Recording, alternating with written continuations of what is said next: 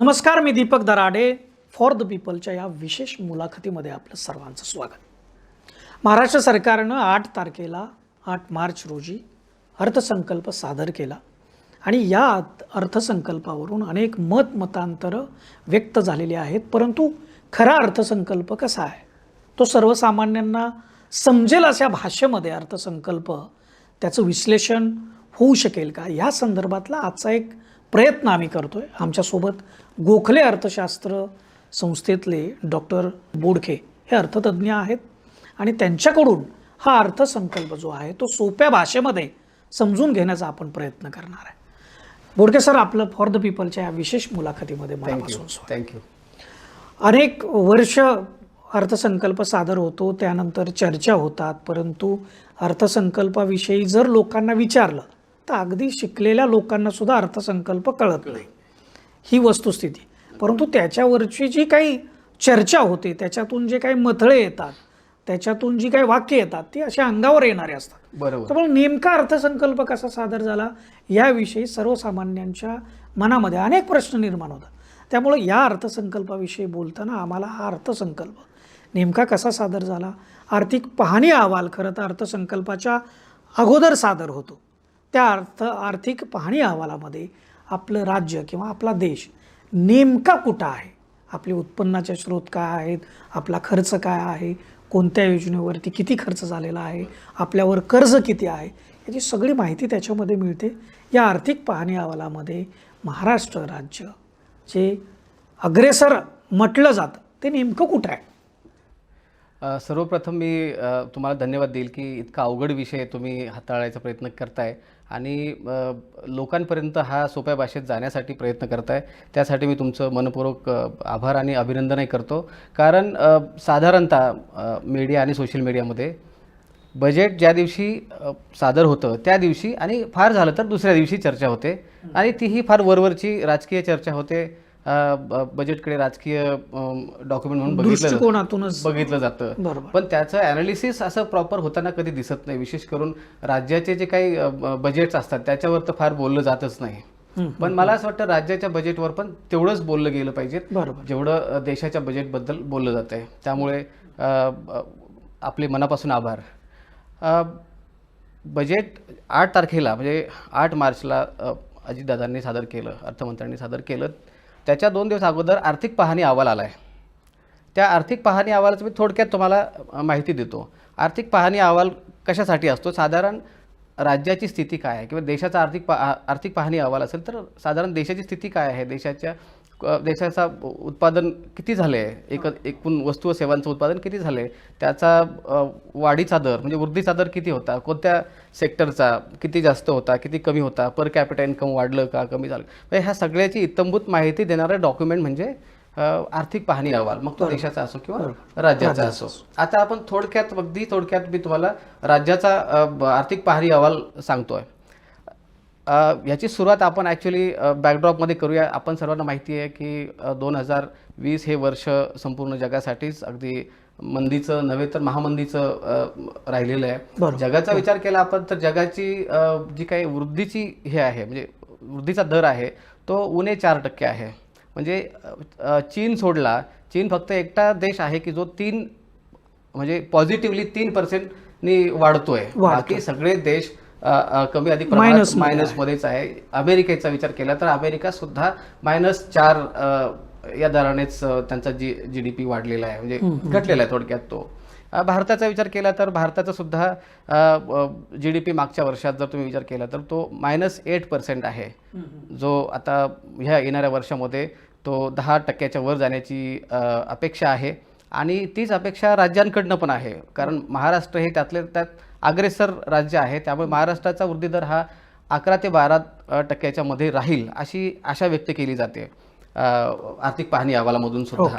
त्यामुळे आत्ता मागच्या वर्षीचा विचार केला 19-20चा, तर 19-20मध्ये आपल्या GSDPचा म्हणजे राज्याचं जे सकल उत्पादन आहे त्याच्यामध्ये त्याचा वृद्धी दर हा 5.7% होता आणि तो अचानक पुढच्या वर्षात 8% झाला आहे. म्हणजे तुम्ही समजू शकता की देशाचं उत्पादन, कारण याचं मुख्य कारण लॉकडाऊन आहे. कारण सगळ्याच आर्थिक ज्या काही घडामोडी आहेत किंवा बरोबर. उद्योग बंद होते, उद्योग व्यापार बंद बंद होते, व्यापार बंद, सगळी देवाणघेवाण बंद होती, ठप्प झाली होती. आणि त्यामुळे राज्याचं एकूण उत्पादन तर घटलंच, पण इव्हन सरकारचं उत्पन्न सुद्धा घटलंय त्यामुळेच. कारण त्याच प्रमाणात सरकारचं उत्पन्न घटलेलं आहे. त्यामुळे सरकारला जास्तीचे कर्ज घ्यावी लागणार आहेत आणि घेतली असतील सरकारांनी, सगळ्याच राज्य सरकारांनी. आणि इव्हन केंद्रात सुद्धा आपल्याला माहिती आहे की साधारण 18 ते 20 लाख कोटीचे तूट या वर्षात, मागच्या वर्षात दिसलेली आहे आर्थिक वित्तीय यस.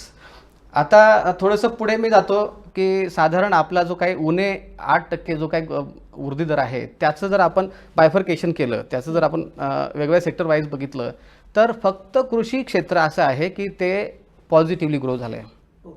जे नॉर्मली ज्याचं कॉन्ट्रीब्युशन सगळ्यात कमी असतं राज्याच्या उत्पादनामध्ये. कारण साधारणतः सर्व्हिसेस सेक्टर ह्या 60%च्या आसपास त्यांचं कॉन्ट्रीब्युशन असतं. म्हणजे 100 रुपये उत्पन्न असेल तर त्यातलं 60 रुपये उत्पन्न हे फक्त सर्व्हिसेसमधून येतं. आणि साधारण 20 ते 25% उद्योगांमधून येतं, इंडस्ट्रीमधून येतं, आणि उर्वरित जे आहे ते कृषीमधून येतं. पण आत्ता जर तुम्ही मागच्या वर्षाचा विचार केला, 2020-21 ह्या आर्थिक वर्षाचा विचार केला, तर 11.7% हा कृषी क्षेत्राचा विकासाचा दर राहिलेला आहे. म्हणजे ह्या एकमेव एक असं सेक्टर आहे की त्याने आपल्याला तारलं याच्यामध्ये, त्या सगळ्या याच्यामध्ये. म्हणजे त्यांनी खरोखर आपल्याला साथ दिलेली आहे. याच्या कृषी क्षेत्र हे आपलं तारणहार ठरलेलं आहे. आणि उद्योगाचा विचार केला तर उद्योग साधारणतः 11.3% उणे असं म्हणजे त्याची वाढ झालेली आहे. त्याला अजून अगदी सगळ्यात जास्त हिट कोणत्या सेक्टरला झाली असं जर विचारलं तर बांधकाम व्यवसायाला झालेली आहे. बांधकाम व्यवसायाचं वृद्धी दर जर बघितला तुम्ही तर तो 14.6% आहे. निगेटिव्ह 14.6% आहे. आणि मॅन्युफॅक्चरिंग, ज्याला आपण उत्पादन क्षेत्र म्हणतो, वस्तू उत्पादन क्षेत्र ज्याला म्हणतो आपण, मॅन्युफॅक्चरिंग जे आहे त्याचा जो वृद्धी दर आहे तो 11.3% आहे. म्हणजे आता एकंदरीत आपण आर्थिक पाहणी अहवालाचा विचार केला तर कृषी क्षेत्र हे जसं चायना पॉझिटिव्हली वाढ झाली चायनाची, तसं महाराष्ट्रामध्ये ह्या सेक्टरपैकी कृषी क्षेत्राची फक्त कृषी क्षेत्रच पॉझिटिव्ह मध्ये आहे, बाकी सर्व क्षेत्र हे निगेटिव्ह मध्ये आहेत.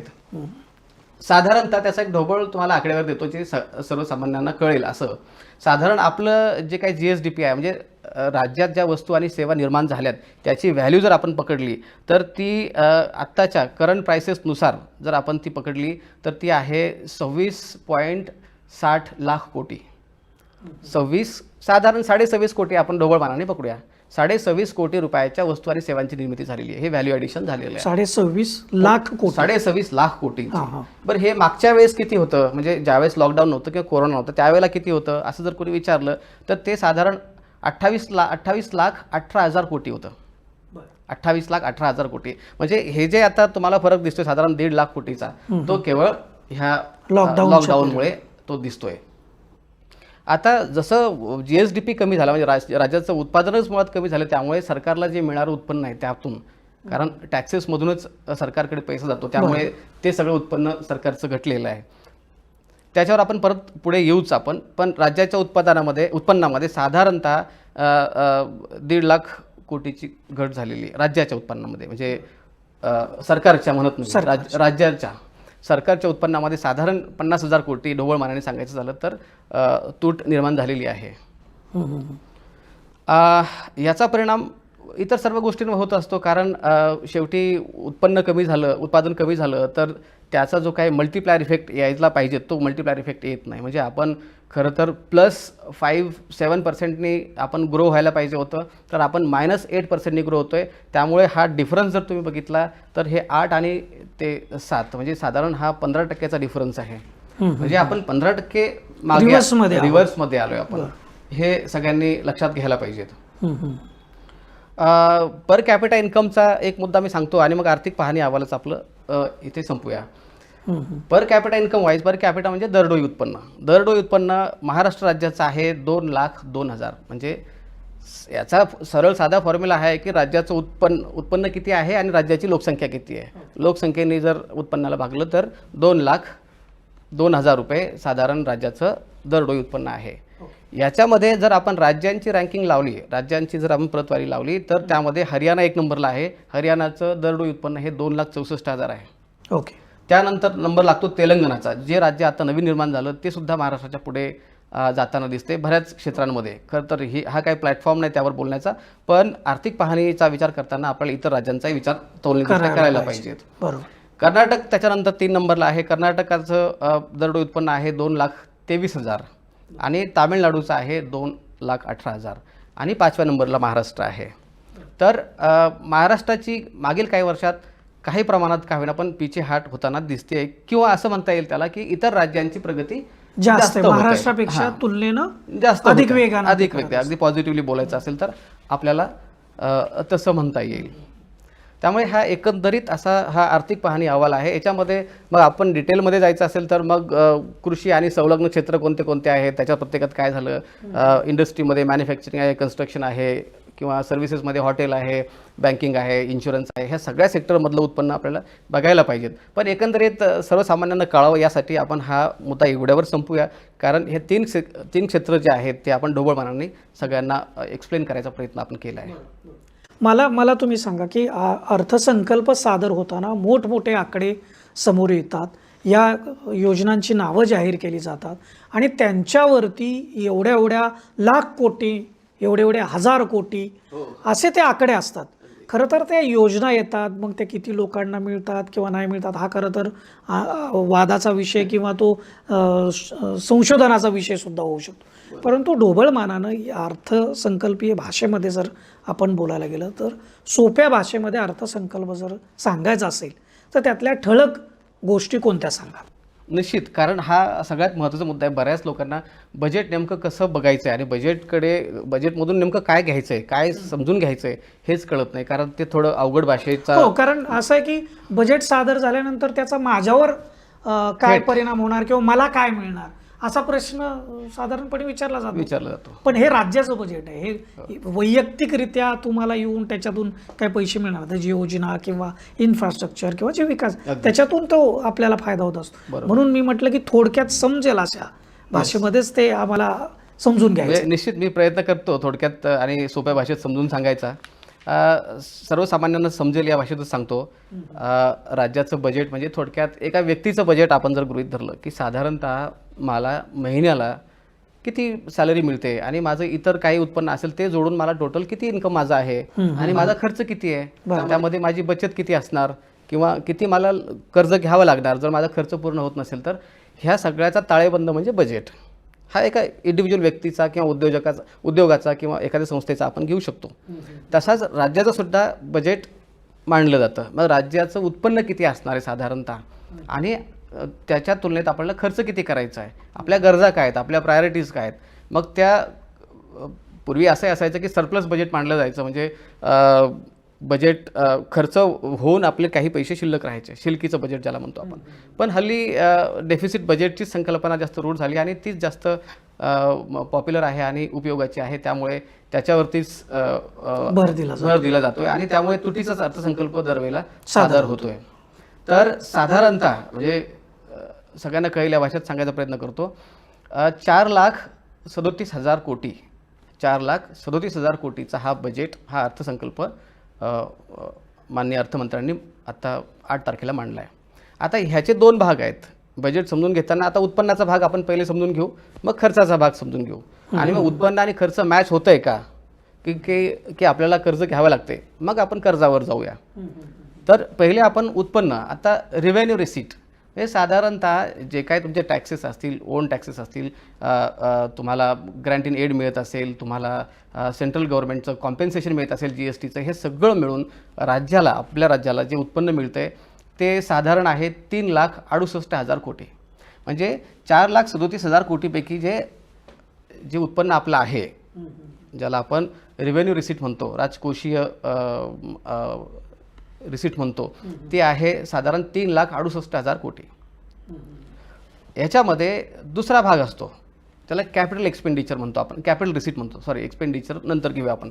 कॅपिटल रिसीट म्हणजे भांडवली गोष्टीतून मिळालेलं उत्पन्न, म्हणजे त्यामध्ये जे काही गव्हर्नमेंटचे गुंतवणूक केलेली असेल त्या गुंतवणुकीवरचा जो काही परतावा त्यांना मिळत असेल तो. ढोबळ मानाने सांगायचं झालं तर आता जी कॅपिटल रिसीट आहे, म्हणजे जे कॅपिटल जो पैसा आहे त्याच्यामध्ये कर्जसुद्धा असतं, हा त्यातला महत्त्वाचा मुद्दा आहे. साधारण 69,000 कोटी रुपयाची आपली कॅपिटल रिसीट आहे आणि त्यापैकी 66,600 कोटी रुपये आपलं कर्ज आहे. ओके. म्हणजे कॅपिटल रिसीट म्हणजे जे बॉरो केलेलं आहे आपण, म्हणजे कॅपिटल रिसीटमध्ये तसा विचार केला तर फक्त 3,000 कोटीच फक्त आपल्याला इतर उत्पन्नातून मिळतात. बाकीचा जो पैसा आहे तो आपण ही तूट भरून काढण्यासाठी बॉरो केलेला आहे, कर्ज रूपाने. कर्ज रूपाने. मग ह्या दोन्हींची टोटल केली तर ती येते 4,37,000 कोटी. हा राज्याचा अर्थसंकल्प आहे उत्पन्नाच्या दृष्टीने. खर्च बघूया आपण आता. जसं रिव्हेन्यू रिसीट आहे तसंच रिव्हेन्यू एक्सपेंडिचर आहे. रिव्हेन्यू एक्सपेंडिचर म्हणजे तुमचा जो काही दैनंदिन खर्च जो सरकारांना करावा लागतो तो खर्च म्हणजे रेव्हेन्यू रिसीटमध्ये येतो. जी गुंतवणूक होते वेगवेगळ्या क्षेत्रामध्ये, रस्ते असतील, इरिगेशन प्रोजेक्ट्स असतील, वेगवेगळे असे जे काही इन्फ्रास्ट्रक्चरल प्रोजेक्ट्स असतील, ही सगळी कॅपिटल एक्सपेंडिचर म्हणून आपण मानतो. तर आता रेव्हेन्यू एक्सपेंडिचर तुम्हाला याच्यामध्ये बारकाव्याने बघावं लागेल. रेव्हेन्यू एक्सपेंडिचर आहे साधारणतः 3,35,000 कोटी. म्हणजे आपलं बजेट किती होतं? 4,37,000 कोटी. त्यातलं रेव्हेन्यू एक्सपेंडिचर किती आहे? तर 3,35,000 कोटी 2020-21ला. तो आता 21-22च्या बजेटमध्ये किती झाला आहे? तर तो अजून वाढला आहे. तो झाला आहे 3,79,000 कोटी. 3,79,000 कोटी हा आपला खर्च आहे, रेव्हेन्यू एक्सपेंडिचर आहे, जो आपल्याला करावाच लागणार आहे. त्यातून गुंतवणुकीसाठी जे उरतील तेच फक्त गुंतवणुकीला जाणार आहेत. पण एवढा 3,79,000 कोटी रुपये आपल्याला खर्च करावा लागणार आहे. कितीपैकी? 4,37,000 कोटीपैकी. उरलेला जो आहे तो आहे कॅपिटल एक्सपेंडिचर. त्याची अमाऊंट किती आहे? ती तर तुम्हाला आत्ताच मी सांगितली, 69,000 कोटी रुपये ही साधारणतः, म्हणजे सॉरी, जे उरली त्याची ती साधारणतः येते 50,000 कोटी. 48 ते 50,000 कोटी रुपये साधारणतः एक कॅपिटल एक्सपेंडिचर आहे. आता हा जो कॅपिटल एक्सपेंडिचर आहे तो मागच्या वर्षीचा विचार केला 20-21मध्ये तर तो साधारणतः 44,000 कोटी होता, जो आता या वेळेला तो साधारणतः 59,000 कोटी झाला आहे ह्याच्यामध्ये. म्हणजे हे झालं दुसरं पार्ट बजेटचं. पहिला पार्ट होता रेव्हेन्यूचा, उत्पन्नाचा. दुसरा पार्ट होता खर्चाचा. खर्चामध्ये परत 2 भाग केलेत आपण. जो दैनंदिन खर्च आहे तो रेव्हेन्यू रिसीट आणि दुसरा कॅपिटल रिसीट. तर कॅपिटल रिसीट म्हणजे जे काही प्रोजेक्टसाठी जो काही पैसा दिला जातो तो आहे साधारणतः 59,000 कोटी. बरोबर. आता याच्यात आपण रेव्हेन्यूमध्ये अजून थोडी फोड करूया, लोकांना समजेल या भाषेत असं, की साधारणतः रेव्हेन्यू एक्सपेंडिचर म्हणजे काय आहे. तर त्याच्यामध्ये कमिटेड आणि नॉन कमिटेड असा एक्सपेंडिचर असतो. कमिटेड म्हणजे तो करावाच लागणार आहे, त्याच्यात तुम्हाला काहीही करता येणार नाही. तो बजेट तयार व्हायच्या अगोदर ठरलेला असतो. बजेट तयार व्हायच्या अगोदर तो द्यावाच लागणार असा तो कमिटेड एक्सपेंडिचर आहे. फिक्स्ड आहे तो. त्याच्यामध्ये काय काय येतं तर आपण आता मागचं न बघता आपण 21-22च्या बजेटमधलंच बघूया. त्याच्यामध्ये सॅलरी हा मुद्दा येतो. ज्या सॅलरीज आपण देतो सरकारी कर्मचाऱ्यांना, अधिकाऱ्यांना, ज्या काही सॅलरीज आहेत त्याचा सगळ्यात मोठा कंपोनंट असतो तो आहे 1,23,000 कोटीचा. 1,23,000 तिकडे गेलेत. पेन्शन आहे साधारणतः 44,000 कोटी. 44,000 कोटी हे पेन्शन. त्यानंतर आहे आपण जी कर्ज घेतो त्या कर्जाचं व्याज, फक्त व्याज, त्याच्यामध्ये मुद्दल नाही, फक्त व्याज, ते आहे साधारणतः 43,000 कोटी. या सगळ्यांची टोटल जर तुम्ही केली तर ती येते साधारणतः 2,10,000 कोटी. म्हणजे आता आपलं जे काही उत्पन्न आहे 4,37,000 कोटी, त्याच्यापैकी 2,10,000 कोटी हे फिक्स्ड एक्सपेंडिचर आहे. बरोबर.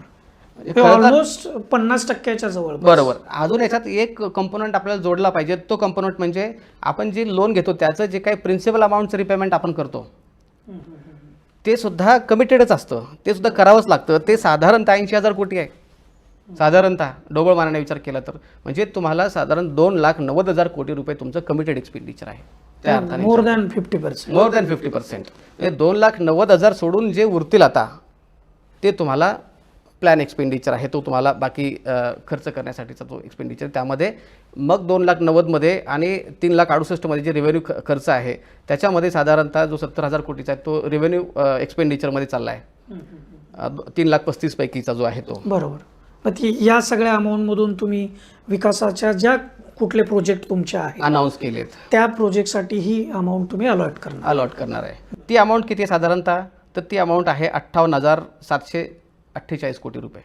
जी वेगवेगळ्या प्रोजेक्ट्सला कॅपिटल एक्सपेंडिचर म्हणून द्यायची आहे, ती अमाऊंट आहे. तर हे थोडक्यात बजेट आहे. आता याच्यामध्ये अजून एक कॉन्सेप्ट असते ती म्हणजे महसुली तूट. महसुली खर्च आणि महसुली उत्पन्न याच्यात जो फरक येतो. तुम्ही महसुली तूट जो मुद्दा उपस्थित करतात त्यालाच धरून एक प्रश्न विचारायचा आहे की नेहमी वित्तीय तूट किंवा महसुली तूट हा विषय कायम चर्चेत असतो. मगाशी तुम्ही बोलताना म्हटलं की आर्थिक तुटीचा किंवा वित्तीय तुटीचा अर्थसंकल्प सादर करणं ही आता एक म्हणजे ट्रेंड झालेला आहे, गरज आहे. परंतु ही तूट भरून काढण्यासाठी आपण जे कर्ज घेतो ते कर्ज घेणं योग्य आहे का? कारण त्याचं असं की प्रत्येक वेळेला आम्ही न्यूजपेपरमधून किंवा बातम्यांमधून हे ऐकतो की आता पर कॅपिटा म्हणजे प्रत्येक माणसावरती इतकं कर्ज आता असणार आहे. तर हे कर्ज असणं योग्य आहे का? कारण कर्जाशिवाय तुम्हाला डेव्हलपमेंटचे प्रोजेक्ट पूर्ण करता येणार नाही असंही एकीकडं सांगितलं जातं. पण दुसरीकडं हा इतका जर तुटीचा अर्थसंकल्प सादर होणार असेल तर आपण ते कर्ज खरंच फेडू शकणार आहोत का? ह्याच्यातली वस्तुस्थिती नेमकी काय? अगदी म्हणजे तोच पुढचा भाग आहे ॲक्च्युली. हे तर आतापर्यंत आपण जे बोललो हे फक्त बजेटचं एक्सप्लेनेशन होतं, का आकड्यांचा खेळ होता. पुढचा खेळ महत्त्वाचा आहे. आता मागच्या वर्षात ह्या सगळ्या परिस्थितीमुळे म्हणजे 2020-21ला अंदाजे 10,000 कोटी रुपये आपल्याला आपलं उत्पन्न कमी असणार आहे. म्हणजे आपल्या खर्चापेक्षा जे काय आपलं महसुली खर्च आहे त्याच्यापेक्षा कमी असणार आहे. टोटल खर्चामध्ये तर भरपूर कमी असणार आहे. म्हणजे ते आपल्याला बॉरो करावंच लागणार आहे. बॉरोईंग तर करणारच आपण. ते आपण किती बॉरो केलं मी तुम्हाला सांगितलं की या बजेटमध्ये 66,600 कोटी रुपये आपण कर्ज उभं करणार आहोत. हा खर्च पूर्ण करण्यासाठी, बजेट पूर्ण करण्यासाठी. आता एक कॉन्सेप्ट सांगणं गरजेची आहे ती म्हणजे फिस्कल डेफिसिट, महसुली तूट. महसुली तूट ही थोडक्यात अगदी सर्वसामान्य समजेल या अर्थाने सांगायचं असेल तर साधारणतः कर्ज किती आहे, ह्या बजेटमध्ये कर्जाचा भाग किती आहे याला आपण महसुली तूट म्हणूया. ती आहे साधारण 2.8%. 2 राज्यासाठी. ती देशाचा विचार केला तर ती 3.8% आहे देशाचं. म्हणजे देशापेक्षा राज्य जास्त व्यवस्थित परफॉर्म करत आहे. आता ही तूट किती असावी याचं सुद्धा एक कायदा आहे, त्याला FRBM ॲक्ट असं म्हणतात. हां, तर हा जो FRBM ॲक्ट आहे, फिस्कल रिस्पॉन्सिबिलिटी आणि बजेटरी मॅनेजमेंट ॲक्ट, याच्यानुसार केंद्र सरकार असो किंवा राज्य सरकार असो किंवा लोकल बॉडी सरकार असो, ह्यांनी किती खर्च करावा, किती कर्ज घ्यावं, किती फिस्कल डेफिसिट असावी, ह्या सगळ्या गोष्टीचा ठोक ताळा दिलेला आहे. बरोबर. त्याचा एक नियम घालून दिलेला आहे, तो आपल्याला पाळायचा असतो. किती टक्के? दुर्दैवाने कुठलेही राज्य सरकार किंवा विशेषतः केंद्र सरकार ह्या गोष्टीचं पालन करत नाही आणि ती जी त्याची लिमिट आहे ती पुढे पुढे ढकलत राहतं. ओके. दरवेळेला काहीतरी कारण देऊन पुढे पुढे ढकलत राहतं. तशी परिस्थिती निर्माण झाली तर ते योग्य पण आहे, पण अदरवाईज ते त्याचं समर्थन होऊ शकत नाही. ती आहे 25% तुमच्या GSDPच्या. म्हणजे राज्याचं जे एकूण उत्पन्न आहे त्या उत्पन्नाच्या 25%पेक्षा जास्त तुमच्यावरती कर्ज नसावं. हा त्याचा बेस आहे की किती कर्ज घ्यावं, राज्याने किती कर्ज घ्यावं. बरं, मग आता आपण किती कर्ज घेतोय? मागच्या म्हणजे साधारण 20-21च्या वर्षाचा विचार केला तर 5,20,000 कोटी रुपये राज्यावर कर्ज होतं. 5,20,000 कोटी ते आता 6 लाख कोटीच्या वर गेले. जे साधारण 20% होतं, जे 25% असायला 25% असायला पाहिजे ते 20% होतं, आता ते 22%पर्यंत गेलं. अजूनही आपण ती लिमिट क्रॉस केलेली नाही, जी घालून दिलेली ती लिमिट क्रॉस केलेली नाही. त्यामुळे कर्ज घेतलं पाहिजे का, घ्यायला नाही पाहिजेत, हा जो मुद्दा आहे त्याच्यावर मी थोडक्यात बोलतो पुढे. पण ही परिस्थिती आहे. साधारणतः जी फिस्कल डेफिसिट आहे आत्ता ती आहे 70,000 कोटीची. साधारणतः कमी जास्त अगदी मी ढोबळमानाने सांगतोय 70,000 कोटी आपल्याला फिस्कल म्हणजे तेवढं कर्ज आहे. जे मी अगदी प्रिसाइजली सांगायचं तुम्हाला तर 66,668 कोटी रुपये आपण बॉरो केलेले आहेत, कर्ज घेतलेलं आहे. म्हणजे ती फिस्कल डेफिसिट ॲक्च्युली आत्ताची. मला सांगा की अर्थसंकल्प सादर झाला, मागच्या वर्षभर आपण कोरोनाच्या काळामध्ये होतो, संकटाच्या काळात होतो, आपण घरात होतो, उद्योगधंदे थांबले होते, व्यापार थांबला होता. आणि या सगळ्या पार्श्वभूमीवरती अर्थसंकल्प जो सादर होणार होता तो खरं तर बूस्ट देणारा असायला पाहिजे होता, कॉन्फिडन्स देणारा असायला पाहिजे होता. तर या अर्थसंकल्पातून तो बूस्ट मिळालाय का, तो कॉन्फिडन्स मिळालाय का? एक अर्थतज्ज्ञ म्हणून तुम्ही या अर्थसंकल्पाचं विश्लेषण किंवा त्याकडं कसं बघता? अगदी बरोबर. आता खरं तर आतापर्यंत जे आपण बघितलं हे सगळं वस्तुस्थिती होती की काय आहे नेमकं ते चित्र लोकांपर्यंत पोहोचावं, सोप्या भाषेत सांगायचा आपण प्रयत्न केला आहे. म्हणजे जे प्राधान्यक्रम द्यायला पाहिजे होते ते दिलेत का? आता मूळ मुद्दा येतो इथेच की राज्याची परिस्थिती काय आहे. साधारण बजेट आपण आपलं घरचं बजेट कसं तयार करतो स्वतःचं, आपलं प्राधान्य कशाला आहे. आपलं प्राधान्य बेसिक गोष्टींना ठरलं आहे. तुमचं बेसिक अन्नधान्य आहे, तुमचं मुलाचं शिक्षण असेल, म्हणजे ज्यात तुमचे काही खर्च ठरलेले आहेत त्याचं प्राधान्यक्रम ठरलेलं आहे. त्याच्यानंतर तुम्ही बाकीच्या गोष्टींचा विचार करता. तसं राज्याचं बजेट तयार करत असताना सुद्धा जी परिस्थिती आहे त्या परिस्थितीचा विचार करूनच खर्च करावा लागेल, करायला पाहिजेत ॲक्च्युली. आणि सहसा सगळी सरकारं तशी करतात. गुणात्मक दृष्ट्या विचार केला तर मला मागील सरकार आणि हे सरकार या दोघांच्या बजेटमध्ये असा काही विशेष फरक मला जाणवलेला नाही. म्हणजे जर तुम्ही म्हणाल की वैचारिकदृष्ट्या दोन सरकार वेगवेगळी आहेत त्यामुळे काही बजेटमध्ये विशेष फरक जाणवतो का, तर तसं काही नाही. म्हणजे गुणात्मकदृष्ट्या दोन्ही बजेट ऑलमोस्ट एकाच लाईनवरती होत आहेत. त्यात थोडासा अगदी फरक आहे. जो क्रिटिकल आहे तो मी शेवटच्या टप्प्यात सांगतो. तर तुमचा मूळ प्रश्न जो होता की परिस्थितीला धरून आहे का, प्रायोरिटीज सेट करायला पाहिजे का, तर मी थोडक्यात अगदी प्रायोरिटीज काय असायला पाहिजेत आपल्या असं सांगतो. आणि मग त्या केल्यात का नाही, त्यातले काही चांगले पॉईंट्स किंवा काही निगेटिव्ह पॉईंट्स असे दुहेरी आपण त्याचं अनालिसिस करूया. कोरोनाच्या काळामध्ये मला वाटतं सगळ्यात पहिली प्रायोरिटी कुणाला द्यायला पाहिजे तर ती आता रोजगार निर्मितीच्या दृष्टीने व्हायला पाहिजे होते मुळात. कारण इतकी बेरोजगारी वाढली आहे तुम्हाला माहिती आहे. आता आपण बघितलंय की हजारो लाखो लोकांचे लोंडेच्या लोंडे गावी गेलेत. त्यामुळे आता शहरातली बेरोजगारी ही गावाकडे डिसेंट्रलाइज झाली, विकेंद्रित झालेली आहे, स्थलांतरित झालेली आहे. त्यामुळे त्या दृष्टीने काहीतरी प्रयत्न करणं गरजेचं होतं. ते दोन्ही सरकारने, केंद्रीय सरकार असो किंवा राज्य सरकार असो, दोन्ही सरकारने त्याच्यावरती प्राधान्य द्यायला पाहिजे होतं. तो एक भाग. दुसरा भाग आहे कृषी. हे असं एकमेव क्षेत्र आहे की त्या सेक्टरनी आपल्याला ह्या सगळ्या संकटाच्या काळामध्ये साथ दिलेली आहे. तर मला असं वाटतं त्यांना इन्सेंटिवाइज करण्यासाठी, त्यांचं बळ वाढवण्यासाठी, त्यांना बूस्ट देण्यासाठी नवीन नवीन गोष्टीची पूर्तता होणं गरजेचं होतं. मग ते अगदी वीज जोडणीपासून असू देत किंवा सोलार पंप्स असू देत किंवा मग अगदी त्यांना क्रॉप इन्शुरन्स असू दे, ह्या सगळ्या प्रकारातून जे त्यांचे महत्त्वाचे विषय आहेत त्याच्यावरती जलसिंचनाच्या योजना असतात. हां, आता तो मुद्दा दुसरा आहे. पण पहिले त्यातले महत्त्वाचे मुद्दे जे आहेत हे याच्यावरती फोकस करायला पाहिजे होता. म्हणजे कृषीसाठी लागणारे जे काही बेसिक इनपुट आहेत ते देण्यासाठी. दुसरा भाग आहे जो भांडवली खर्चाच्या भागातून येतो, तो म्हणजे उत्पादन क्षमता वाढवण्यासाठी, कॅपॅसिटी वाढवण्यासाठी काय करायला पाहिजेत. जर तुम्ही राज्याची अर्थव्यवस्था जर व्यवस्थित अभ्यासली आणि त्यातला कृषी हा जर मुद्दा जर आपण घेतला तर कृषीचा केंद्रीय मुद्दा हा पाणी आहे. संपूर्ण कृषी क्षेत्र हे पाण्याभोवती फिरतं. राज्याचा विचार केला तर 45% ते 50% एरिया हा सिंचन झालेला आहे. संपूर्ण देशाचा विचार केला तर राज्यामध्ये ते 20%पेक्षा कमी आहे. हाच प्रश्न आम्हाला 15व्या वित्त आयोगाच्या एका मीटिंगमध्ये हा विचारला गेला होता की साधारणतः इथे किती खर्च लागू शकेल हे सगळे प्रोजेक्ट्स कंप्लीट करण्यासाठी. तर मला असं वाटतं सिंचनाची क्षमता वाढवणं हा महत्त्वाचा मुद्दा होता. त्याच्यात टेक्निकल बरेच मुद्दे आहेत, ते आत्ता इथे मांडणं अशक्य आहे. पण इथे खर्च होणं गरजेचं होतं. आता तुमचा जो मूळ प्रश्न आहे त्याच्याशी परत मी एकदा जोडतो तुम्हाला की आपण किती कर्ज घ्यायला पाहिजेत की नाही घ्यायला पाहिजेत. मी या मताचा आहे की कर्ज घ्यायला पाहिजेत. अगदी पॉझिटिव्हली सांगायचं, कर्ज घेऊन.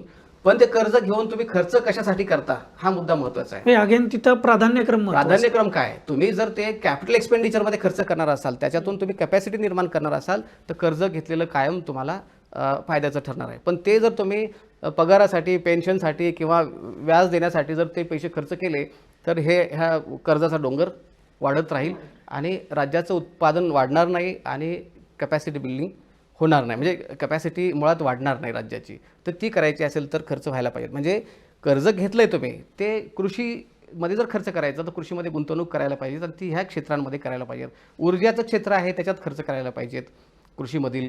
म्हणजे रस्ते आहेत, पांदन रस्ते आहेत, म्हणजे असे बरेच गोष्टी आहेत. अगदी ग्रामीण भागात गेलं तर कृषीवरचा हा खर्च आहे. उद्योगांवर खर्च करणं गरजेचं होतं कारण मॅन्युफॅक्चरिंग सेक्टर हे निगेटिव्हली वाढतं आहे. सर्व्हिस सेक्टरला तेवढं प्राधान्य द्यायची गरज नाही कारण सर्व्हिस सेक्टर जसंही लॉकडाऊन ओपन झाले तसे ऑटोमॅटिकच ते वाढत राहणार आहे. पण ह्या क्षेत्रांना प्राधान्य द्यायला पाहिजे होतं. त्यामध्ये ऊसतोड कामगार असतील, अगदी म्हणजे मजुरांचा विषय केला तर ऊसतोड कामगार आहेत, इतर जे काही अनऑर्गनाइज सेक्टर जे काय आहे इन्फॉर्मल इकॉनॉमी ज्याला म्हणतो आपण, त्यामधले जे मजूर आहेत, ह्या सगळ्यांच्या लाईव्हलीहूडचा प्रश्न निर्माण झालेला आहे, त्यासाठी प्राधान्य देणं गरजेचं होतं. कारण परिस्थिती तशी आहे आता सध्याची. ते हे जे तुम्ही प्राधान्यक्रम सांगताय म्हणजे आरोग्य व्यवस्था हा त्यातला एक विषय आहे. हां, अगदी सॉरी, मी तो मुद्दा खूप महत्त्वाचा विसरलाय की आरोग्य व्यवस्था आत्ताच्या काळात खरं तर आपलं पितळ उघडं पडलं आहे. आपलं म्हणजे संपूर्ण देशाचंच नव्हे तर काही इतर देशांचं सुद्धा पितळ उघडं पडलं आहे की आपली जी काही हा जो डॉलर आहे हा किती तकलादू आहे. आपल्याकडं खरं तर आरोग्य व्यवस्था होती का हाच खरा प्रश्न हाच खरा प्रश्न आहे. व्यवस्था असेल तर ती कोलमडेल. बरोबर. कारण या सगळ्या पॅन्डेमिकमध्ये आपण बघितलं की व्यवस्थाच दिसली नाही, त्यामुळे व्यवस्था कोलमडण्याचा विषय पुढे येतो. म्हणून तुम्ही जे हे प्राधान्यक्रम सांगतात त्या प्राधान्यक्रमाला या अर्थसंकल्पामध्ये प्रतिनिधित्व मिळाले का हा माझा स्पेसिफिक प्रश्न आहे. वरवर पाहता जर तुम्ही विचार केला तर मी काही प्रमाणात हो म्हणेल. जसं आरोग्य आहे, आरोग्य क्षेत्रासाठी त्यांनी प्राधान्य दिले. 10 ते 12,000 कोटी रुपये त्यांना अलॉट केले, 2 डिपार्टमेंट मिळून, आरोग्य डिपार्टमेंट आणि सार्वजनिक आरोग्य ह्या दोन्ही मिळून 12,000 कोटी. पण त्याच्यातला बहुतेक भाग हा इन्फ्रास्ट्रक्चरसाठी दिला आहे. माझं असं म्हणणं, इन्फ्रास्ट्रक्चर हा एक भाग आहे, पण त्याच्यापेक्षा मानव संसाधनं म्हणजे तुम्हाला डॉक्टर्स, नर्सेस आणि तिथे लागणारा स्टाफ, तिथे लागणारं बेसिक इन्फ्रास्ट्रक्चर हे उभं जोपर्यंत करणार नाही तोपर्यंत ह्या खर्चाचा काहीही उपयोग होणार नाही. म्हणजे मूळ खर्च नुसताच बिल्डिंग बांधण्यावरती किंवा इन्फ्रास्ट्रक्चर उभे करण्यावरती जर करणार असो तर मला वाटत नाही की त्याचा क्वालिटेटिव्हली काही विशेष फरक पडेल. ह्या दोन्हीचं संतुलन साधलं गेलं पाहिजेत. बरेच असे प्राथमिक आरोग्य केंद्र आहेत की तिथे डॉक्टर्स नाहीत, नर्सेस नाहीत, कॉट्स नाहीत, काही सुविधा नाहीत, त्यांना एक्स्ट्राचं ग्रँट्स नाहीत, मेडिसिन्स अवेलेबल नाहीत. अशी परिस्थिती अगदी मागच्या वर्षीपर्यंत होती. कोरोनाच्या काळात ते आपल्याला बदलावं लागलं. त्यामुळे कोरोनाने आपल्याला हे गोष्ट शिकवली की आता आरोग्य क्षेत्रसुद्धा खूप महत्त्वाचं आहे आणि त्याच्यावर खर्च झाला पाहिजेत, गुंतवणूक झाली पाहिजेत. त्याला थोडं प्राधान्य दिल्याचं ह्या बजेटमध्ये दिसतंय. पण ते नेमकं त्याच्यामध्ये कुठे खर्च होणार हा प्रश्नचिन्ह, हे प्रश्न उपस्थित होत आहेत. सध्या देशभर पेट्रोल डिझेलच्या दरवाढीच्या संदर्भामध्ये चर्चा लोकांमध्ये आहे, कारण ते आंदोलनाच्या रूपामध्ये कमी दिसतंय. कारण म्हणजे आंदोलनं होतात पण ती तेवढी ॲग्रेसिव्ह नाही आहेत. ज्या पद्धतीनं मागच्या काळामध्ये BJPनं ॲग्रेसिव्हली आंदोलनं केली तशी आंदोलनं ॲग्रेसिव्हली या काळामध्ये दिसत नाही आहेत. पण आपण महाराष्ट्रापुरता जर विचार करायचं म्हटलं तर महाराष्ट्रामध्ये अर्थसंकल्प सादर होताना असं वाटलं होतं की कदाचित या दरवाढीबद्दल महाराष्ट्र सरकार काही प्रमाणामध्ये दिलासा देण्याची शक्यता आहे, परंतु ते या अर्थसंकल्पामध्ये दिसलं नाही. खरं आपण बघायला गेलो तर केंद्रामध्ये भाजपचं सरकार आहे, महाराष्ट्रामध्ये महाविकास आघाडीचं सरकार आहे. राज्यामध्ये ज्यावेळेस पेट्रोल डिझेलच्या दरवाढीच्या संदर्भामध्ये बोललं जातं त्यावेळी भाजपचे जे नेते आहेत ते सांगतात की महाराष्ट्र सरकारने त्यांचे कर कमी केले पाहिजेत आणि याच वेळी सरकारमधले जे पक्ष आहेत ते म्हणतात केंद्र सरकारने कर कमी केले पाहिजे. नेमकं कुणी कर कमी करायला पाहिजेत या प्रश्नांच्या चर्चेमध्ये सर्वसामान्य माणूस मात्र भरडत चाललेला आहे. पेट्रोल 100 रुपयाला टच होत आहे, डिझेलही 90 रुपयाला टच होत आहे आणि या सगळ्याचा परिणाम जे आहे त्या महागाईमध्ये होत असतो. तर या प्रश्नाकडं तुम्ही एक अर्थतज्ञ म्हणून कसं बघता? हा पूर्णतः अर्थशास्त्रीय मुद्दा नसून हा मला वाटतं राजकारण आणि अर्थशास्त्राच्या मध्यभागी असलेला हा मुद्दा आहे. याला टच करणं खूप महत्त्वाचं आहे. तुम्ही आत्ताचं पर लिटर प्राईसवर जर आपण कॅल्क्युलेशन केलं तर साधारण 33 रुपये टॅक्सेस हे सेंट्रल गव्हर्नमेंटचे आहेत आणि 27 रुपये स्टेट गव्हर्नमेंटचा आहे. महाराष्ट्राचा विचार केला तर गेली 6-7 वर्ष मोदी गव्हर्नमेंटनी कुठल्याही प्रकारचे पेट्रोलवरच्या टॅक्सेस कमी केलेले नाहीत. अगदी लाखो कोटी रुपयाचा रेव्हेन्यू त्यांनी जमा केला आहे. रेव्हेन्यू जमा केला म्हणजे तो इतर काही इन्फ्रास्ट्रक्चरल गोष्टी खर्च केला असेल, त्याला पॉझिटिव्ह विचार आपण केला तर, परंतु त्याचा महागाईशी जो संबंध आहे त्याचा विचार केला तर ते अति घातक होऊ शकतं भविष्याच्या दृष्टीने विचार केला तर. त्याचं कारण असं की गेली वर्षभर लोक घरात आहेत, नोकऱ्या गेल्यात, व्यवसाय व्यवस्थित अजून चालू नाहीत. अशा परिस्थितीमध्ये हे पेट्रोल डिझेलचे भाव परवडणार आहेत का आणि महागाई परवडणार आहे का? अजिबातच परवडणार नाही. कारण महागाई म्हणजे देशाच्या वाढीचा दर आणि महागाई ह्या नॉर्मली याचं बॅलन्स होणं गरजेचं असतं आणि त्या दृष्टीने ह्या सगळ्या ज्या महत्त्वाच्या वस्तू आहेत ह्यांच्या किमतींचं नियंत्रण करणं गरजेचं असतं. त्यामुळे पेट्रोलचे प्राइसेस ह्या डिरेग्युलेट केलेल्या आहेत, त्यामुळे त्या मार्केटमध्ये ठरतात असं म्हटलं जातं, पण तसं होताना दिसत नाही. खरं तर बाहेर जेव्हा प्रति बॅरल जो काय रेट असतो त्याप्रमाणे डिझेल पेट्रोलचे प्राइसेस कमी जास्त व्हायला पाहिजेत, पण तसं सेंट्रल गव्हर्नमेंटने तो रिलीफ दिला नाही जो देता येऊ शकला असता. म्हणजे पहिली चूक ही सेंट्रल गव्हर्नमेंटची मी असं म्हणेल.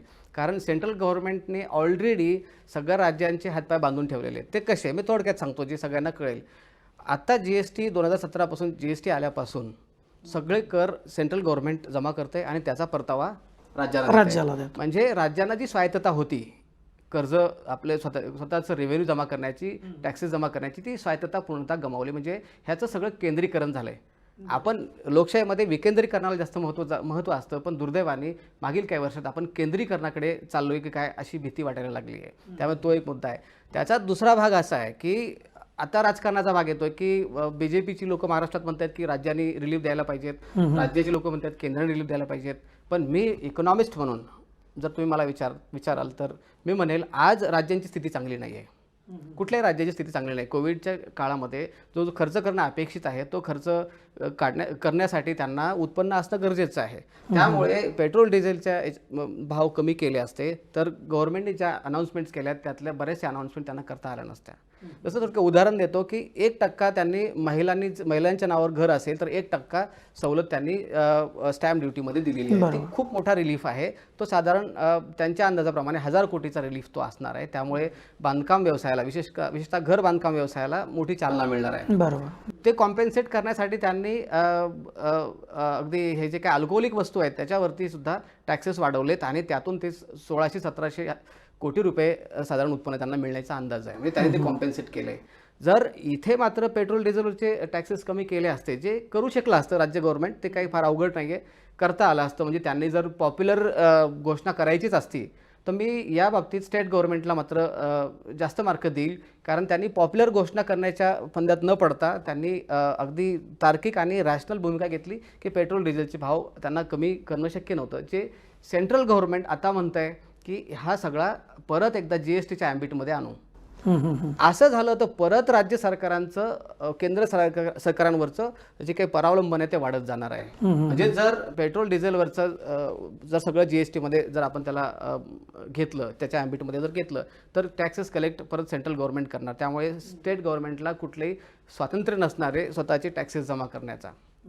ऑलरेडी त्यांच्याकडे जे सोर्सेस आहेत टॅक्सेस जमा करण्याचे ते अगदी थोडके आहेत आणि तेही जर केंद्र सरकारने जर हिरावून घेतले तर मला वाटतं राज्याकडे काही नसेल. आणि त्यामुळे पेट्रोल डिझेलच्या बद्दल मी सरकारच्या बाजूने आहे की सरकारने पेट्रोल डिझेलचे भाव कमी केले नाही किंवा त्याच्यावरचे टॅक्सेस कमी केले नाहीत, जे केंद्र सरकारने करणं अपेक्षित आहे. कारण केंद्र सरकारने ऑलरेडी याच्यावरती लाखो कोटी रुपये जमा केलेले आहेत. त्यांना रिलीफ देणं शक्य होतं.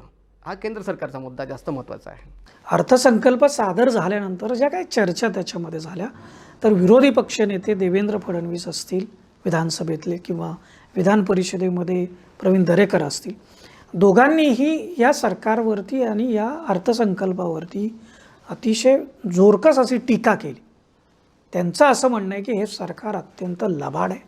या सरकारने महाराष्ट्राच्या जनतेची फसवणूक केली आणि फक्त मुंबई पुण्यासाठीचा अर्थसंकल्प सादर केला.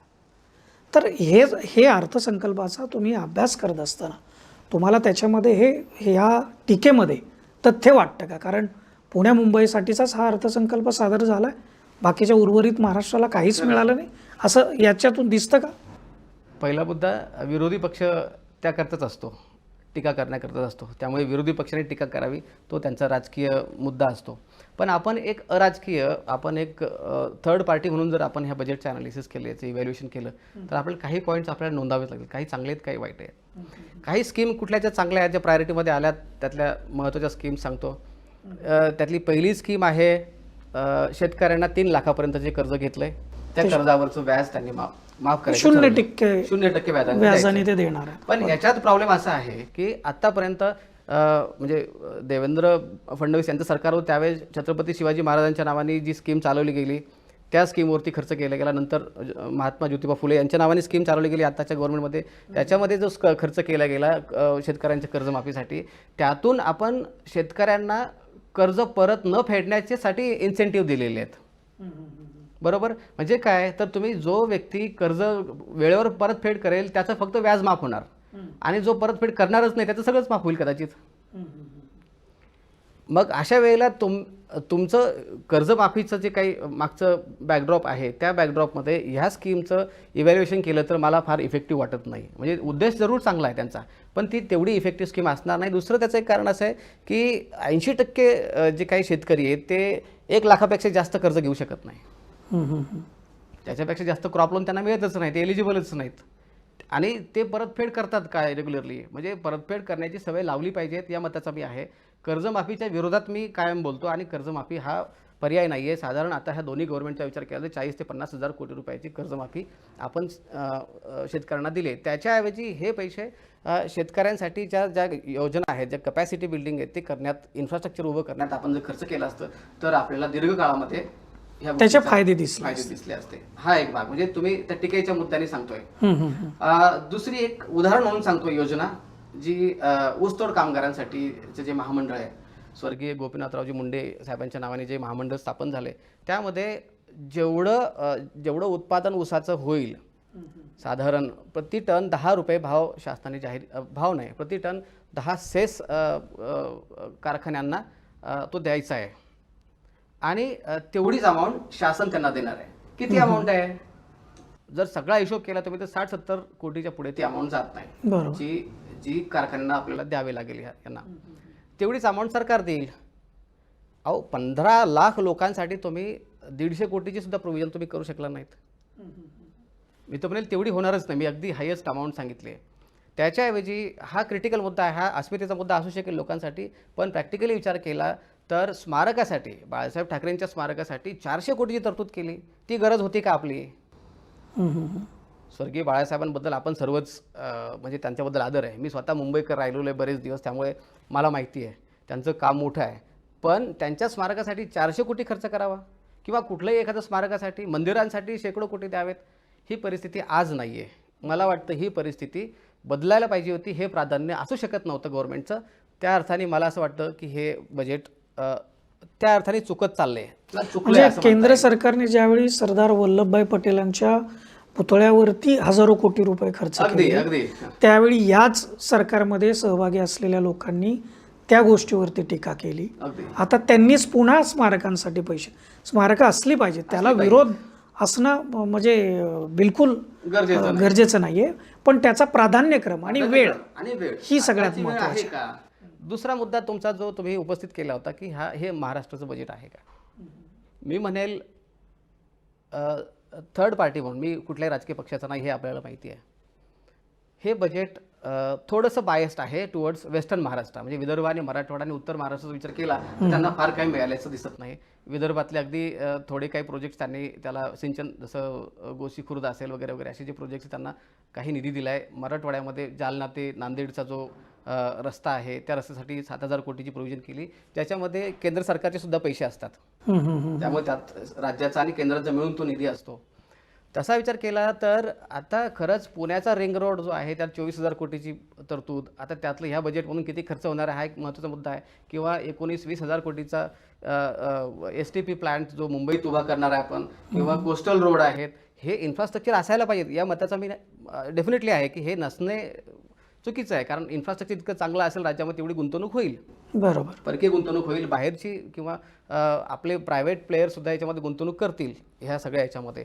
परंतु खर्च जर आपण व्यवस्थित ॲनालिसिस केला तर हा मुंबई, पुणे, नाशिक आणि ह्या ट्रायंगलमध्येच, म्हणजे थोडक्यात काय तर पश्चिम महाराष्ट्र आणि कोकण याच प्रदेशांवरती जास्त खर्च झाल्याचं प्रकर्षाने दिसतंय. आणि कदाचित येणाऱ्या निवडणुका महानगरपालिकांच्या, मुंबई महानगरपालिका असू देत किंवा पुणे महानगरपालिका असू देत, हे लक्षात ठेवूनच हे बजेट बनवलं आहे की काय, असं मला संशय येतोय. बरोबर, अगदी अगदी खरं आहे हे की या अर्थसंकल्पामध्ये वर्षभरावरच आलेल्या ज्या महानगरपालिका निवडणुका आहेत त्या निवडणुकांचा प्रतिबिंब या अर्थसंकल्पामध्ये निश्चितपणे आपल्याला दिसत आहे. दुसरा एक मुद्दा फक्त तुम्ही कन्क्लूड करायच्या अगोदर मी जो मानणं गरजेचं आहे, मला असं वाटतं मागे कित्येक वर्षापासून नोकर भरती हा एक मुद्दा राहिलेला आहे. बऱ्याच ठिकाणी युनिव्हर्सिटीज ह्या ऑलमोस्ट संपुष्टात यायच्या भीतीवर आहेत, कारण डिपार्टमेंट्स आहेत, बिल्डिंग्स आहेत, पण कुठल्याही प्राध्यापकांची भरती नाही आहे. त्यामुळे मला असं वाटतं सरकारने रोजगार निर्मिती जशी महत्त्वाची आहे त्या दृष्टीने हे काही शिक्षणाच्या महत्त्वाचे दृष्टिकोनातून. दृष्टीने जे काही जिथे वॅकंट पोझिशन्स असतील त्या भरणं अत्यंत गरजेचं आहे, कारण त्याच्यावरतीच आपलं हे सगळं मानव संसाधन तयार होत असतं. बरोबर. आणि तिथे नोकर भरतीचा मुद्दाही खूप महत्त्वाचा आहे. शिक्षक भरतीचा मुद्दा असेल किंवा प्राध्यापक भरतीचा मुद्दा असेल, तोही मुद्दा खरं तर प्राधान्यक्रम असू शकला असता, जो असताना दिसत या बरोबर. अगदी सर्वसामान्यांना समजेल अशा भाषेमध्ये डॉक्टर नरेश बोडके सर यांनी हा अर्थसंकल्प आणि त्याच्यातल्या तरतुदी आपल्याला समजावून सांगितलेल्या आहेत. मला आशा आहे की आपल्या सर्वांना अर्थसंकल्प म्हणजे काय, आर्थिक पाहणी अहवाल म्हणजे काय, या दोघांचा सहसंबंध काय, या सगळ्या गोष्टींचा जो अर्थ आहे तो लागला असेल. या अर्थसंकल्पामध्ये जी विरोधकांनी टीका केली त्याच्यामध्ये किती तथ्य आहे, कुठल्या गोष्टींना प्राधान्य दिलं पाहिजे, कारण अर्थसंकल्प सादर करत असताना तो आपल्या राज्याच्या देशाच्या विकासाचा, पायाभूत सुविधांचा हा अर्थसंकल्प अतिशय महत्त्वाचा राहतो त्या दृष्टिकोनातून. म्हणून अर्थसंकल्पाला महत्त्व आहे आणि जितक्या जास्त लोकांना हा अर्थसंकल्प कळेल तितकं अर्थसंकल्पावरती एक दबाव निर्माण होईल सरकारवरती, त्यातल्या मंत्र्यांवरती, की हा अर्थसंकल्प पारदर्शक राहायला पाहिजे. आपण जो जमा खर्च दाखवतो तो तितकासा पारदर्शक असला पाहिजे, कारण लोकांना आता ते कळत आहे. आणि याचाच दबाव जर झाला तर येणारे जे अर्थसंकल्प आहेत हे लोकांना सेंट्रलाइज करून, विकासाला सेंट्रलाइज करून हा सादर होतील अशी अपेक्षा व्यक्त करतो. कॅमेरामन धनंजय भगतसह मी Deepak Darade, for the people, Pune. हा व्हिडिओ आपल्याला कसा वाटला ते व्हिडिओच्या खालील कमेंट बॉक्समध्ये नक्की कळवा. फॉर द पीपलच्या यूट्यूब चॅनलला सबस्क्राईब करा. त्याचबरोबर नवीन व्हिडिओ पाहण्यासाठी बेल आयकॉनवर प्रेस करा. फॉर द पीपलच्या फेसबुक पेजला लाईक आणि फॉलो करायला विसरू नका.